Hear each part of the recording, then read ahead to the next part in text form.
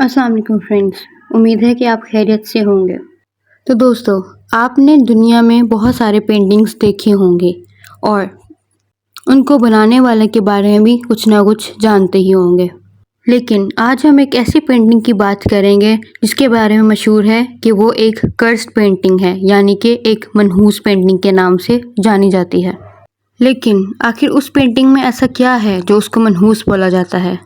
یہ کہانی ہے فلپائنز میں رہنے والے اوہان لونا، ایک فیمس آرٹسٹ کی، جس نے 1857 میں ایک پینٹنگ بنائی تھی۔ جب یہ 29 سال کا ہوا تو اس کی شادی ہو گئی۔ اس کی بیوی کا نام ماریا ڈیل ویسٹا تھا۔ یہ شادی کے بعد ہنسی خوشی اپنی زندگی گزارنے لگے۔ ان کا ایک بیٹا بھی پیدا ہوا، لیکن پھر اچانک سے ان کے بیچ مسائل بڑھنے لگے، اور ایک دن مسائل اس قدر بڑھ گئے کہ اس نے اپنی بیوی کو چھوڑ دیا۔ اپنی بیوی کو چھوڑنے کے بعد اس نے اس کی پینٹنگ بنائی، جس کو پورٹریٹ آف اے لیڈی کے نام سے جانا جاتا ہے۔ ان کے بیچ ابھی ڈائیورس نہیں ہوئی تھی، لیکن اوہان اس کو تنگ کرتا تھا، اس کو بلیک میل کرتا تھا اور اس کا پیچھا کرتا تھا۔ اوہان کی ان حرکات سے تنگ آ کر ماریا کے بھائی بھی اس کے ساتھ رہنے لگے، لیکن ایک صبح ماریا کے بھائی کسی کام سے باہر گئے تو اوہان نے پیچھے سے آ کر ماریا اور اس کی ماں کو گولیوں سے مار دیا۔ لیکن آج تک اس کو اس بات کی کوئی سزا نہیں مل سکی، کیونکہ اس ٹائم پہ کوئی قانون نہیں ہوتا تھا۔ اوہان کے وکلا نے یہ کہہ کر اس کو چھڑوا لیا تھا کہ اس کا ذہنی توازن ٹھیک نہیں ہے۔ اس کے بعد پینٹنگ کی اصل کہانی یہاں سے شروع ہوئی۔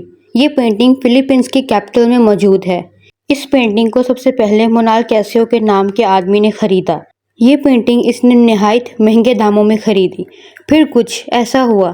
یہ ایک بہت ہی امیر بزنس مین تھا، لیکن کہا جاتا ہے کہ اس پینٹنگ کی وجہ سے یہ بینک کرپٹ ہو گیا۔ راتوں رات اس کا سارا پیسہ ڈوب گیا اور آج تک اس کی وجہ سامنے نہیں آ سکی۔ اور ابھی یہ تو کچھ بھی نہیں۔ پھر اس پینٹنگ کو ایک عورت نے خریدا۔ وہ اس پینٹنگ کو جس کار میں لے جا رہی تھی، اس کار میں ایکسیڈنٹ ہو گیا اور یہ پینٹنگ بالکل سلامت بچ گئی۔ اس کے بعد واقعات کا سلسلہ چلتا ہی رہا۔ پھر اس کے بعد ایک ٹونی نام کے آدمی نے اس پینٹنگ کو خریدی، اور اس پینٹنگ کو خریدنے کے دوسرے دن کے بعد ہی وہ شدید بیمار ہو گیا۔